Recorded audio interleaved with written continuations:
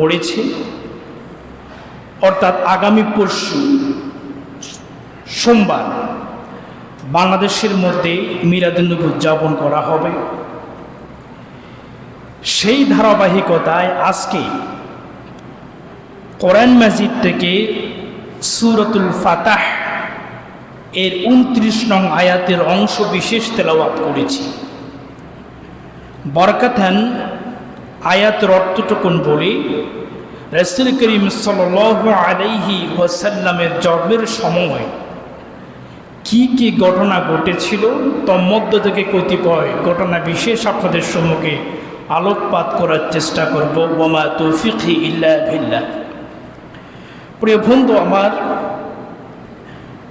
রাসূল করিম সাল্লাল্লাহু আলাইহি ওয়াসাল্লাম দুনিয়াতে আগমনের সাথে সাথেই হুমকি হয়েছে, টেনশনে পড়েছে, বাধাগ্রস্ত হয়েছে একটা দল, সেটা হচ্ছে তাগুত। কি? তাগুত, শয়তানের যে দল, সেটা টেনশনের মধ্যে পড়ে গেছে, বাধাগ্রস্ত হয়েছে। অর্থাৎ আল্লাহ দ্রোহী ছাড়া এদের ঘুম হারাম হয়ে গেছে। কিভাবে, কেমন করে, আলোচনার ভিতরে ইনশাআল্লাহ পেয়ে যাব। প্রিয় বন্ধু আমার, গত জুমার মধ্যে আলোচনা করেছিলাম যে রাসূল করিম সাল্লাল্লাহু আলাইহি ওয়াসাল্লাম কেন দুনিয়ার বুকে আগমন করেছেন। তা আজকে যে আয়াতে কারিমা তেলাওয়াত করেছি, আয়াতের অর্থটুকুন বলে সরাসরি আলোচনার মধ্যে ঢুকে যাব ইনশাআল্লাহ। আল্লাহ পাক রব্বুল আলামিন বলছেন, মুহাম্মাদুর রাসূলুল্লাহি ওয়াল্লাযীনা মা'আহু আশিদ্দাউ আলাল কুফফার রুহামাউ বাইনাহুম তারাহুম রুকআন সুজ্জাদান ইয়াবতাগুনা ফাদলাম মিনাল্লাহি ওয়া রিদওয়ানা। আল্লাহ পাক বলছেন, নবী মুহাম্মদুর রাসূলুল্লাহ তিনি দুনিয়ার বুকে আগমন করবেন। আগমন করার পরে তার সাথে যারা সঙ্গী সাথী হবে, ওয়াল্লাযীনা মা'আহু আশিদ্দাউ আলাল কুফফার,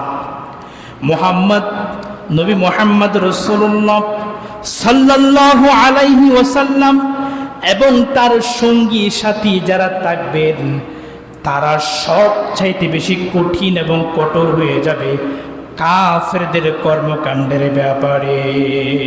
সুবহানাল্লাহ।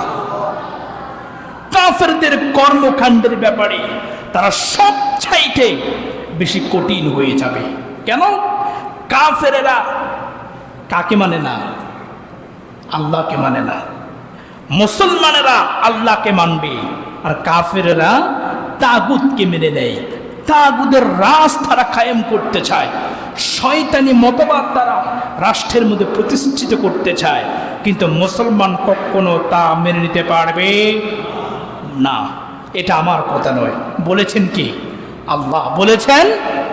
আল্লাহ পাক বলছেন সূরাতুল ফাতর ২৯ নং আয়াতের মধ্যে, ওয়াল্লাযীনা মা'আহু আশিদ্দাউ আলাল কুফফার, মুহাম্মদ সাল্লাল্লাহু আলাইহি ওয়াসাল্লামের যারা সঙ্গী হবে, সাথী হবে, তাদের পরিচয় কি? তারা কারা? তাদের মূল পরিচয় হচ্ছে তাদের ইসলামকে মানবে। আবু বকর, ওমর, ওসমান, আলী সহ আরো যারা সাহাবীগণ আছেন, ইসলামের ব্যাপারে কোনো প্রকার আপোষ তারা করতেন না। ইসলামের বিরুদ্ধে গিয়ে কোনো তাগুতের সহিত তারা কোনো আপোষ করতেন না। এদেরকে বলা হয়েছে এরা ইসলামের ব্যাপারে অটল থাকবে, অক্ষুণ্ণ থাকবে। কিন্তু কাফেরদের ব্যাপারে যদিও এরা কঠিন হয়ে যায়, তবে তারা নরম থাকবে, কোমল থাকবে। কাদের মধ্যে? রুহামাউ বাইনাহুম তারাহুম, আল্লাহ বলছেন তবে এইসব মানুষেরা আমার বান্দারা নবীর সাথে নিজেদের মধ্যে যখন দেখা সাক্ষাৎ হবে তখন তারা কোমল হয়ে যাবে। সুবহানাল্লাহ। মুসলমান অপর মুসলমানের সাথে কখনো কঠোর হতে পারবে? কোমল হয়ে যাবে, হৃদয়কে খুলে দেবে, প্রাণ উজাড় করে দিবে, বুক পেতে দিবে তাদের ভালোবাসার জন্য। জোরে বলে সুবহানাল্লাহ। তারাহুম রুকআন সুজদান ইয়াবতাগুনা ফাদলাম মিনাল্লাহি ওয়া রিদওয়ানা। আল্লাহ বলছেন তারা দেখেন, তারাহুম রুকআন সুজদান ইয়াবতাগুনা ফাদলাম মিনাল্লাহ। আল্লাহ বলছেন ও দুনিয়ার মানুষেরা, তাদেরকে তুমি দেখতে পাবে, তারাহুম তাদেরকে দেখতে পাবে, তারা সিজদায় পড়ে আছে, রুকুতে পড়ে আছে। আল্লাহ পাক রব্বুল আলামিন যখন তাদেরকে ফজল দান করবেন, নিয়ামত দিবেন, বরকত দিবেন, রিজিক যখন দিবেন, ওই মানুষগুলো তারা বেশি খুশি না হয়ে সর্বপ্রথম তারা সিজদার মধ্যে পড়ে যাবে। সুবহানাল্লাহ। কথা বোঝেন নাই? তারা সর্বপ্রথম কোথায় পড়বে? সিজদায় পড়ে যাবে। আমরা কিন্তু খুব সাম্প্রতিক সময়ে এই দৃশ্যটা দেখতে পেয়েছি, ঠিক না? ঠিক। প্রিয় বন্ধু আমার, এটা হচ্ছে আমার আয়াতের অর্থ, যে আয়াতে কারিমে তেলাওয়াত করেছি তার অর্থ। এবার আমরা নবী করিম মুহাম্মদ রাসূলুল্লাহ সকলে পড়ি সাল্লাল্লাহু আলাইহি ওয়াসাল্লাম। মনে রাখবেন, নবীর নাম যত আসবে সাল্লাল্লাহ পড়ে নেবেন, এটা ওয়াজিব, পড়তেই হবে। আমাদের নবী করিম দুনিয়াতে আসার পূর্ব দিকে, আসার আগে থেকে কিছু মুআজিজা প্রকাশিত হচ্ছিল। সবগুলো বলা সম্ভব না, গুরুত্বপূর্ণ কয়েকটি বলবো শুধু। আচ্ছা, আমাদের নবীজির আব্বাজানের নাম কি? আপনারা জানেন না? নাম কি? নবীর বাবার নাম কি? আব্দুল্লাহ। মায়ের নাম আমেনা। নবীর আব্বাজান, ওনার পিতা আব্দুল মুত্তালিবের সন্তান 10 নম্বর সন্তান। কয়তম? আব্দুল মুত্তালিব একদিন আল্লাহর কাছে মান্নত করেছিল, নিয়ত করেছিল। এখানে প্রসঙ্গত একটা কথা বলেই দিই। অনেকে বলেন নবীজির আব্বা এবং আম্মা মুসলমান ছিলেন না, কথাটা মিথ্যা কথা, এটা বলবেন না। কেন? নবীজির দাদা যদি আল্লাহর কাছে মান্নত করেন, অমুসলিম ছিলেন?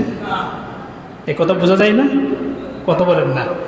নবীজির দাদা যদি বাইতুল্লাহর খাদেম থাকেন, আল্লাহর কাছে মান্নত করেন এবং আল্লাহর কাছে প্রশংসা করেন, আল্লাহর থেকে রিজিক তালাশ করেন, তাহলে কি কোনোভাবেই বলা যায় তিনি কাফের ছিলেন? না।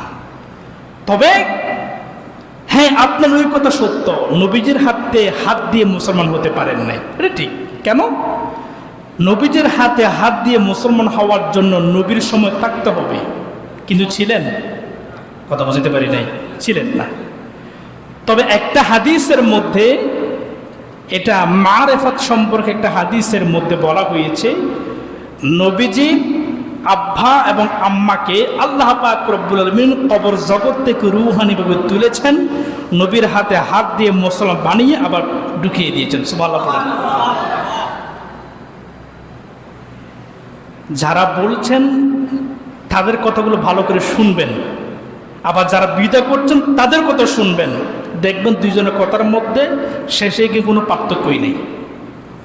আমাদের সমস্যা হচ্ছে আমরা অল্প শুনি, বাকিগুলো শুনি না। পুরো আলোচনা শুনবেন, শেষের দিকে গিয়ে দুইজনের কথা এক জায়গায় ঠিকই মিলে যায়, ঠিকই মিলে যায়।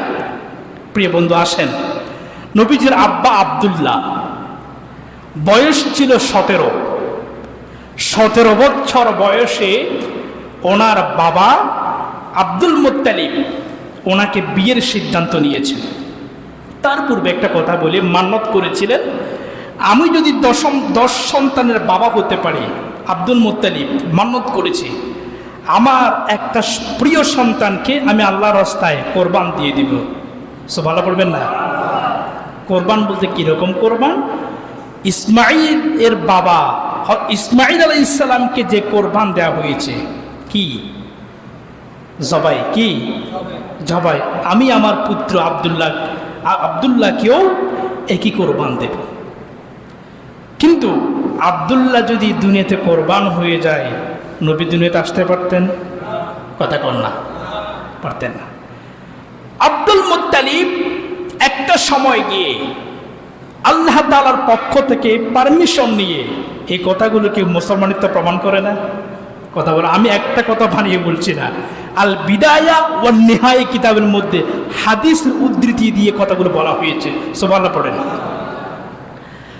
বলা হচ্ছে আল্লাহ তাআলার পারমিশন নিয়ে আব্দুল্লাহকে জবেহের পরিবর্তে উনি আল্লাহর রাস্তায় 100 উট কোরবান দিয়েছেন। প্রিয় বন্ধু আমার, এবার শোনেন, আব্দুল্লাহকে বিয়ের সিদ্ধান্ত নেওয়া হলো। আব্দুল মুত্তালিবের যে 10 জন সন্তান ছিল, সে 10 জন সন্তানের মধ্যে সবচাইতে নম্র, ভদ্র এবং সুশীল ছিলেন, সবচাইতে যিনি নরম ছিলেন তিনি হলেন আব্দুল্লাহ। আর আব্দুল্লাহকে বিয়ে করাতে হবে, বিয়ের জন্য পাত্রী খুঁজতে হবে, পাত্রী হতে হবে আব্দুল্লাহর সাথে ম্যাচিং হয়ে এমন একজন পাত্রী কোথায় পাওয়া যাবে? আব্দুল মুত্তালিব চতুর্দিকে পাত্রী খোঁজা আরম্ভ করল, কিন্তু অনেক পাত্রী পাচ্ছে, পাত্রীগুলো পছন্দ হয় না। উনি সর্বশেষ কুরাইশের মধ্যে একজন পাত্রী পেলেন, যেই পাত্রী আব্দুল্লাহর সাথে হুবহু মিলে যায়। এই পাত্রের নাম হলো আমেনা বিনতে ওয়াহাব। সুবহানাল্লাহ। আমিনা বিনতে ওয়াহাবকে তিনি পেয়ে গেছেন, কুরাইশী একজন মেয়ে। বিয়ের কথাবার্তা পাকা হয়ে গেল। এবার আব্দুল্লাহকে বিয়ে করানোর জন্য আমেনার বাড়িতে যেতে হবে। আব্দুল্লাহকে পাঠিয়ে দিলেন, বাবা যাও ওই জায়গার মধ্যে গিয়ে, বাড়িতে গিয়ে তুমি যে কন্যাকে পাবে আমি তোমার জন্য পাত্রী হিসেবে পছন্দ করেছি, ওই পাত্রীকে বিয়ে করে তুমি আমার বাড়িতে নিয়ে এসো। সুবহানাল্লাহ পড়েন। প্রিয় বন্ধু আমার, আব্দুল্লাহ রওনা হয়েছে, বিয়ে করতে যাবেন। কিন্তু যে রাস্তা দিয়ে তিনি বিয়ের জন্য যাচ্ছেন, ওই রাস্তার মধ্যে একজন রমণী দাঁড়িয়ে আছে দীর্ঘদিন পর্যন্ত। রমণীর নাম হলো উম্মে কিতাল রাকিকা। রমণীর নাম কি? উম্মে কিতাল রাকিকা। উনি হচ্ছে ওয়ারাকা ইবনে নওফলের বোন। ওয়ারাকা ইবনে নওফল ছিলেন তো, নাম শুনেছেন? ওয়ারাকা ইবনে নওফলের আপন বোন। উনি কেন দীর্ঘদিন পর্যন্ত দাঁড়িয়ে আছে শুনবেন? ওয়ারাকা ইবনে নওফল ইনি একজন পণ্ডিত ব্যক্তি, তাওরাত কিতাবের পণ্ডিত। ওই পণ্ডিত অর্থাৎ তৎকালীন যে আলেম, ওই পণ্ডিত উনি গবেষণা করে পেয়েছেন যে মক্কা কুরাইশ বংশে আখেরি জামানের পয়গম্বর মুহাম্মদ রাসূলুল্লাহ এই বংশের মধ্যে তিনি আগমন করবেন। এবং যেহেতু পণ্ডিত গবেষণা করেন, গবেষকদের মধ্যে যত বেশি গবেষণা মাত্রা বাড়ে বিষয়টা তত বেশি পরিষ্কার। গবেষণা করতে করতে তিনি এটিও বলে দিয়েছেন ইনি হবেন আব্দুল মুত্তালিবের বংশে এবং আব্দুল্লাহর ওরসে। আলামত প্রকাশ করা হয়েছে। আলামত হচ্ছে আব্দুল্লাহর কপালের উপরে, এই যে কপাল আছে না, কপালের মধ্যে একটা নূর বাসবে। সুবহানাল্লাহ পড়বেন না? এই নূরের আসল রহস্য পৃথিবীর কেউ জানে না, শুধুমাত্র ওয়ারাকা ইবনে নওফলের বোন উম্মে কিতাল রাকিকা সে জানত নূরের আসল রহস্য কি। আমি যদি আপনাকে আরো সহজ করে বলি, স্বয়ং আব্দুল্লাহ নিজেও জানে না। সুবহানাল্লাহ পড়বেন না? প্রিয় বন্ধু আমার, আব্দুল্লাহ বিয়ের জন্য শ্বশুর বাড়ি যাচ্ছে। রাস্তার মধ্যখানে উম্মে কিতাল রাকিকার সাথে দেখা হয়ে গেল। উম্মে কিতাল রাকিকা আব্দুল্লাহকে চতুর্দিক থেকে ঘিরে ফেলল, সামনে যেতে দিবে না। আব্দুল্লাহকে বলা হচ্ছে, আব্দুল্লাহ তুমি কোথায় যাচ্ছ? আব্দুল্লাহ বলল, আমি যাচ্ছি আমার নতুন শ্বশুর বাড়ি দেখে যে আমার আব্বা আমার জন্য পাত্রী ঠিক করেছেন, বিয়ে করব। উম্মে কিতাল ডাকে কে বলছেন, না না, তুমি যেতে পারবে না, বরঞ্চ ওই পাত্রীকে তুমি ভুলে যাও, তুমি আমাকে বিয়ে করো।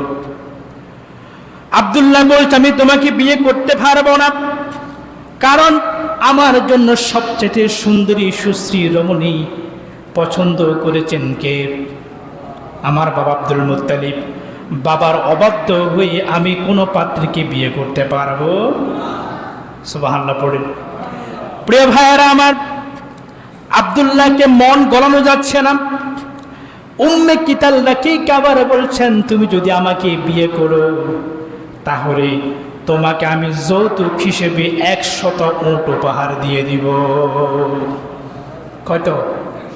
100 উট তোমাকে দিয়ে দেব, আমাকে বিয়ে করো। আব্দুল্লাহর একটা কথা, স্রেফ কথা, আমি তোমাকে বিয়ে করব না। 100 উট নয়, পুরো পৃথিবী দিয়ে দিলেও আমি এই কাজটা করতে পারবো। অনেক চেষ্টা করা হলো কিন্তু রাজি হয়নি। পরে উম্মে কিতাল বলছে, ঠিক আছে, তুমি আমাকে বিয়ে করো না, তবে তুমি আমার সাথে একবার মিলিত হও। এখন কথা বুঝতে পারছেন? একবার মিলিত হও। আব্দুল্লাহ বলছে, এটা তো আরো সম্ভব না। সুবহানাল্লাহ পড়বেন না? এইটা আরো সম্ভব না, প্রশ্নে আসে না। অনেক জোরাজোরি করা হয়েছে, পটাটকানো হয়েছে, প্রলোভন দেখানো হয়েছে, ভয় দেখানো হয়েছে, কোনো কিছুতেই আব্দুল্লাহর মন গলানো গেল। উম্মে কিতাল পথ ছেড়ে দিল। আব্দুল্লাহ নিজের নতুন শ্বশুর বাড়িতে চলে গেলেন।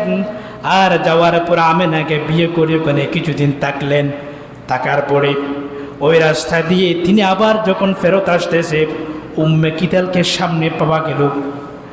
উম্মে কিতাল ওই দিন আব্দুল্লাহকে যেইভাবে পথ আটকে ধরেছিল, আব্দুল্লাহ মনে করেছে আজকেও মনে হয় সে আমার সাথে এরকম পথ আটকে ধরবে, কিন্তু দেখা যাচ্ছে উল্টোটা।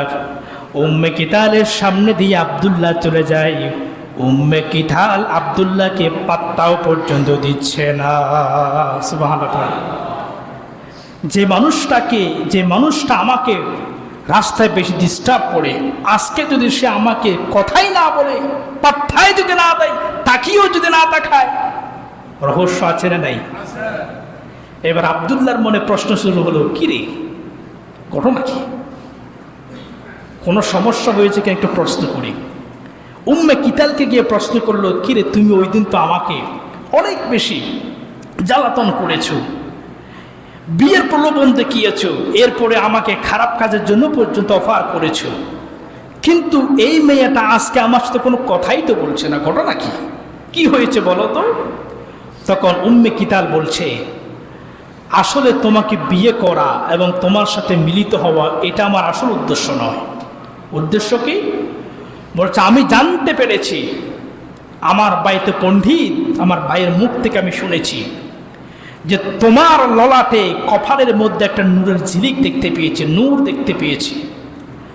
আমি চেয়েছিলাম তোমাকে কোনোভাবে ফুসিয়ে টুসিয়ে যেভাবেই হোক তোমার কপালের নূরটাকে যদি আমি গর্ভের মধ্যে নিতে পারি, আর আমি হব আখির জামানার পয়গম্বর মুহাম্মদ রাসূলুল্লাহ সাল্লাল্লাহু আলাইহি ওয়াসাল্লামের মা হতে পারবো, এই সৌভাগ্য অর্জন করার জন্য আমি তোমার পেছনে ঘুর করেছি। আল্লাহু আকবার।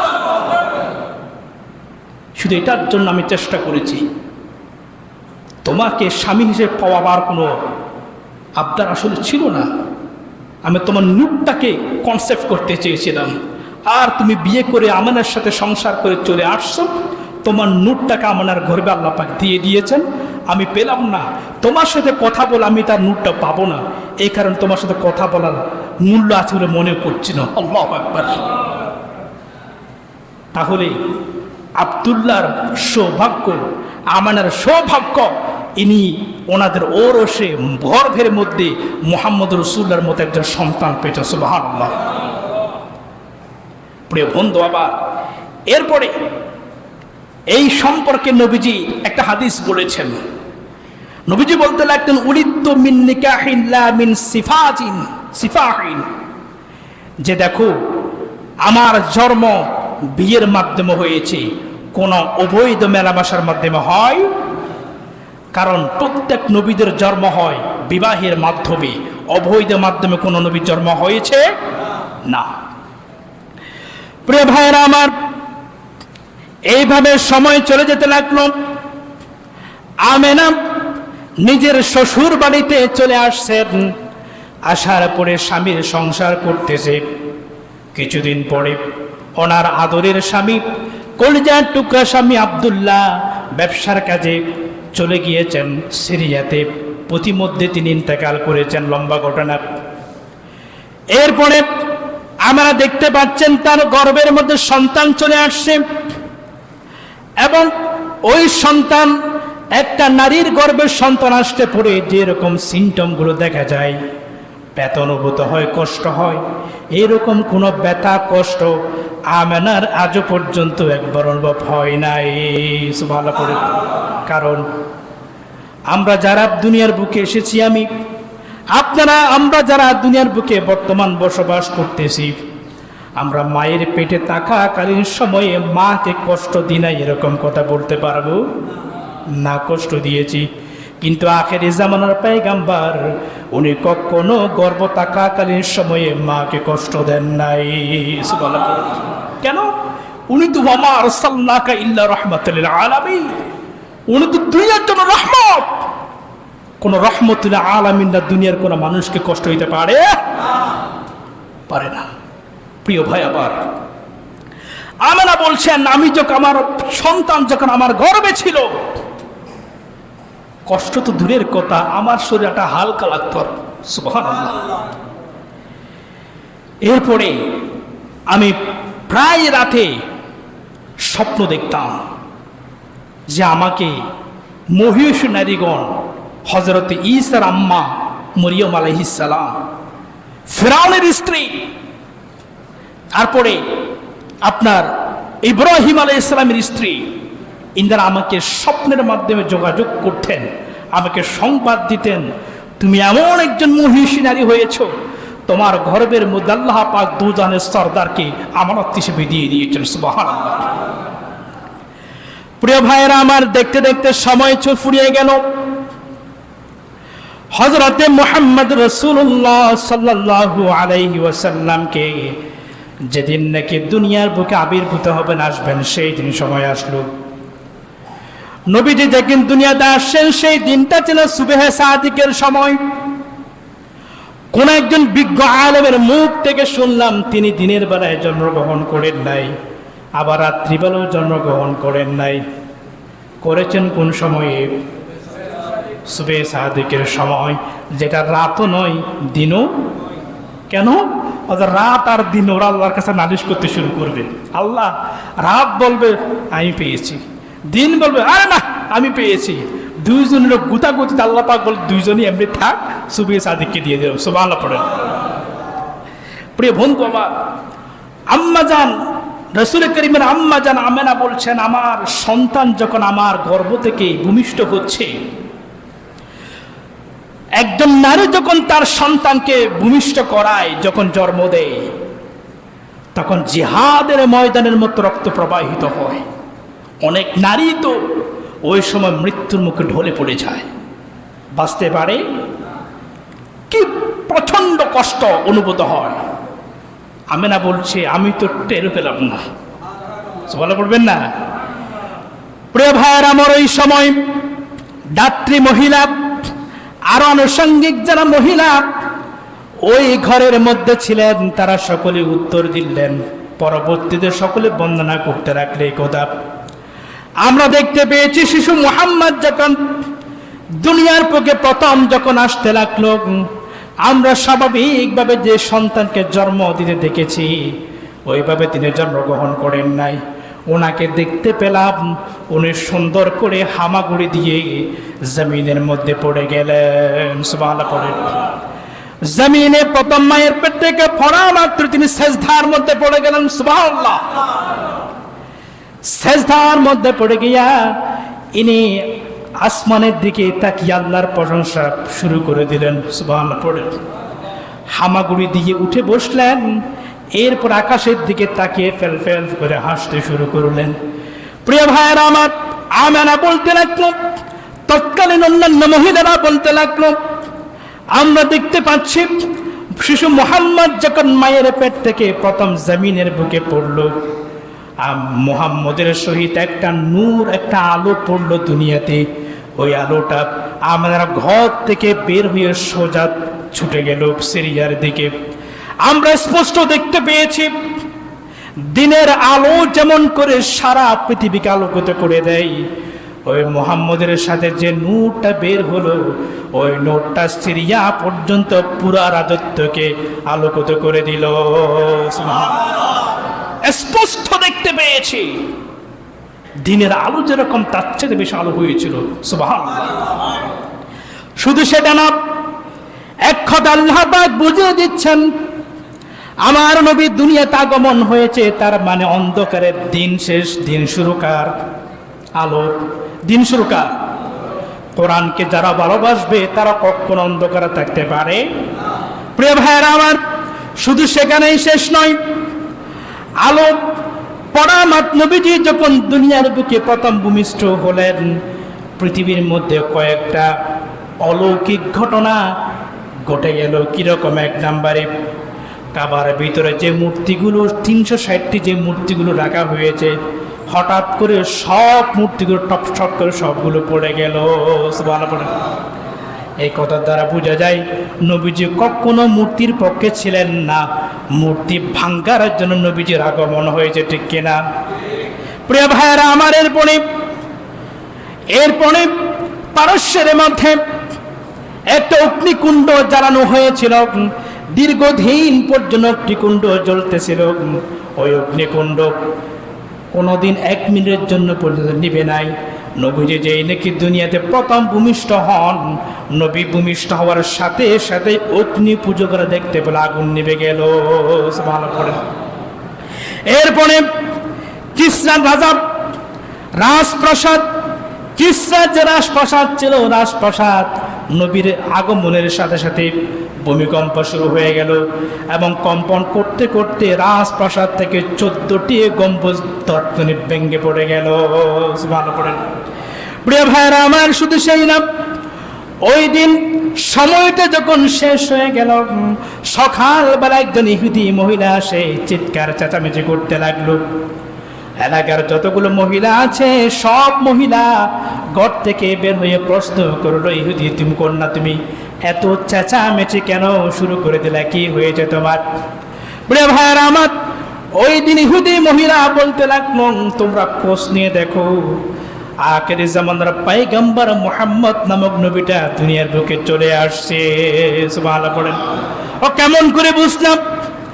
আমি অনেক দিন ধরে গবেষণা করছি, গবেষণা করতে গিয়ে একটা আমি চিহ্ন পেয়েছি, আলামত পেয়েছি। নবী মুহাম্মদ যেই দিন নাকি দুনিয়ার বুকে আগমন করবে, ওই দিন রাত্রিতে নজমে মুহাম্মদ নামক একটি তারকা আকাশের মধ্যে উঠবে। সুবহানাল্লাহ পড়েন। আমি দেখতে পেলাম নজমে মুহাম্মদ নামক যে তারকার কথা কিতাবের মধ্যে বলা হয়েছে, সেই নজমে মুহাম্মদকে আমি আকাশের মধ্যে আজকে রাত্রিতে দেখতে পেয়েছি, এবং আজকে প্রথম উঠলো এবং শেষবারের মতো উঠলো, জীবনে আর কোনোদিন উঠবে না। অতএব আমি বুঝতে সক্ষম হয়েছি আজকে রাত্রিতে নবী মুহাম্মদ রাসূলুল্লাহ সাল্লাল্লাহু আলাইহি ওয়াসাল্লাম দুনিয়ার বুকে আগমন করেছে। প্রিয় ভাইয়েরা আমার মনে হয় ওই তারকার কথা সেই দিন বলা হয়েছে। জিব্রাইল আমিনকে প্রশ্ন করা হয়েছিল, ও আমার জিব্রাইল, কাম উম্মিরতা মিনাস সিন্নিন, ও জিব্রাইল তোমার বয়স কত? কে প্রশ্ন করলেন? নবী মুহাম্মদ, আমাদের নবীজি প্রশ্ন করেছেন। তখন জিব্রাইল বলতে লাগলেন, ফাকাল ইয়া রাসূলুল্লাহ লাস্তু আলাম গায়রা ইন্না ফিল হিজাব আর-রবি নাজমান, আমি আমার বয়স কত আমি বলতে পারবো না। বুঝতে পারি নাই আমার বয়স কত আমি বলতে পারবো না, আমার জানাই নাই। তাহলে তবে একটা কথা বলতে পারি। কি কথা? আকাশের মধ্যে চতুর্থ যে আসমান আছে, চতুর্থ আসমানে একটি তারকা 70,000 বছর পর পর একবার উদিত হয়। বুঝাইতে পারি নাই। 70,000 বছর পরে একবার উদিত হয়। আমি ওই তারকাকে উদিত হওয়ার অবস্থায় দেখতে পেয়েছি আমার জীবনে 72,000 বার। সুবহানাল্লাহ পড়বেন। কয় হাজার বার? এবার গুন্দি হিসাব করে দেখেন জিব্রাইলের বয়স কত হতে পারে। এরপরে নবীজি বললেন, তুমি ওই তারকার রহস্য জানো? তারকার পরিচয় তুমি জানো? বলছেন, না আসলে জানি না। বলছে, ওই তারকার কেউ নয়, এটা হলাম স্বয়ং মুহাম্মদ রাসূলুল্লাহ। এই তারকা যা কিন্তু আসমান থেকে জমিনে চলে আসছে, আকাশে দেখা যাবে? কথা কয় না, যাবে? প্রিয় ভাইয়েরা আমার, লম্বা অনেক কথা আছে, যতটুকুন সময়ের মধ্যে বলা যায় বলবো। শয়তান নাকি সৃষ্টির পর থেকে জীবনে 4 বার বিলাস করে কান্না করেছে। কয়বার? কথা কয় না, 4 বার বিলাস। বুঝেন তো, হাউ মাউ করে সারা পৃথিবী এক করে কান্না করেছে জীবনে। কয়বার? চিল্লায় বলেন, কয়বার? 4 বার। কখন? 1 নাম্বার, যেদিন তাকে অভিশপ্ত করা হয়েছে, ধ্বংস করে দেওয়া হয়েছে, সেদিন সে কান্না করেছে। দ্বিতীয়ত, জান্নাত থেকে তাকে যেদিন বের করে দেওয়া হয়েছে। 3 নাম্বার, নবীজি যখন দুনিয়াতে জন্মগ্রহণ করতে সেই রাত্রিতে। সুবহানাল্লাহ পড়বেন না? আরেকবার কান্না করেছে বিলাপ করে, নবীজির কাছে যখন সূরা ফাতিহা নাজিল হয়েছে। তাহলে মোট কয়বার? 4 বার সে কান্না করেছে। এরপরে কান্নার করেও নাই, করবেও না। প্রিয় বন্ধু আমার, আরবের মধ্যে একটা সিস্টেম ছিল, কোন বাচ্চা যদি রাত্রে জন্মগ্রহণ করে, সকালের আলো না ওঠা পর্যন্ত পাথর দ্বারা নির্মিত একটা ডেক ছিল। ডেক ছিলেন তো পাত্র, বাচ্চাকে ওই পাত্রের মধ্যে রেখে ডাকনা দেওয়া হতো। সকালবেলা সূর্য উঠলে পরে, ভোরের আলো আসলে পরে ডেক থেকে বাচ্চাকে বের করা হতো। এটা ছিল আরবদের কোরাইশি একটা সংস্কৃতি। বুঝতে পারছি নাকি? আজকে থেকে আপনারা করা আরম্ভ করবেন? কথা বলে না, করবেন না। এটা তৎকালীন সংস্কৃতি, আমাদের করা দরকার। হ্যাঁ, নবীজিকেও সেটা করা হয়েছে। তো সকলের ডেকের মধ্যে রেখে যে যার মতো চলে গেছে। সকালবেলা ভোরের আলো আসলে ডেক থেকে বের করবে। কিন্তু ডেকের কাছে এসে দেখা গেল উল্টা ঘটনা। কি? ডেকটা ফেটে 2 টুকরা হয়ে শিশু মুহাম্মদ রাসূলুল্লাহ আকাশের দিকে চোখগুলো তাকিয়ে ফেল ফেল করে মিটি মিটি হাসে, কি যেন বলছে। সুবহানাল্লাহ পড়বেন না? বিরল ঘটনা। এই ঘটনা দেখার পরে তাৎক্ষণিক উৎসুক জনতা দৌড়ে গেল তৎকালীন কাবার খাদেম নবীজির দাদা আব্দুল মুত্তালিবের কাছে গিয়ে বলল, আপনার নাতি এই অবস্থা।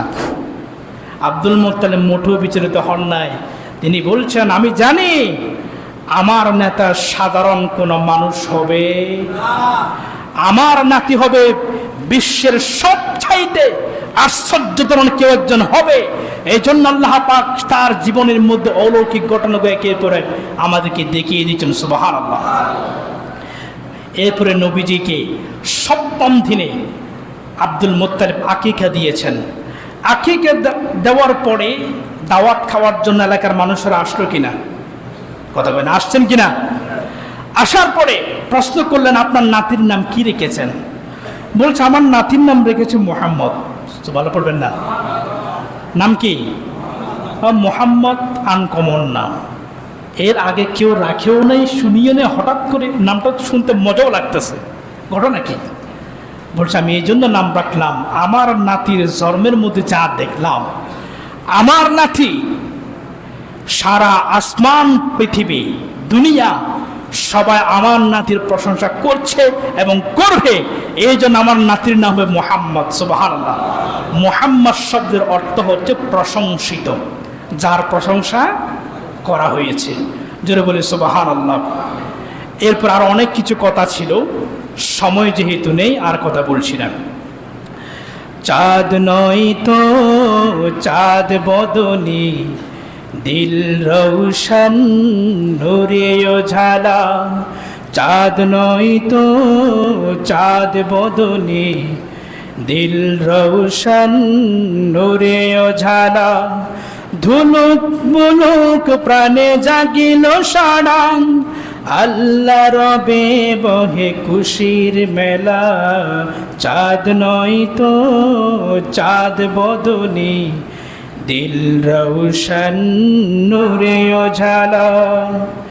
জান্নাতি খুশবুতে ভরে জাহানটা, মাতম তুলো সব আনন্দ ঘন্টা, কে আসিল কে হাসিল, কে আসিল কে হাসিল, যাহার নামে জপে সাল্লে আলা, চাঁদ নয় তো চাঁদ বদনি, দিল রৌশন নূরে উজালা। সুবহানাল্লাহ। একটা ঘোষণা আসছে মরহুম মোশাররফ আলী মাস্টার সিটের সংসদের উদ্যোগে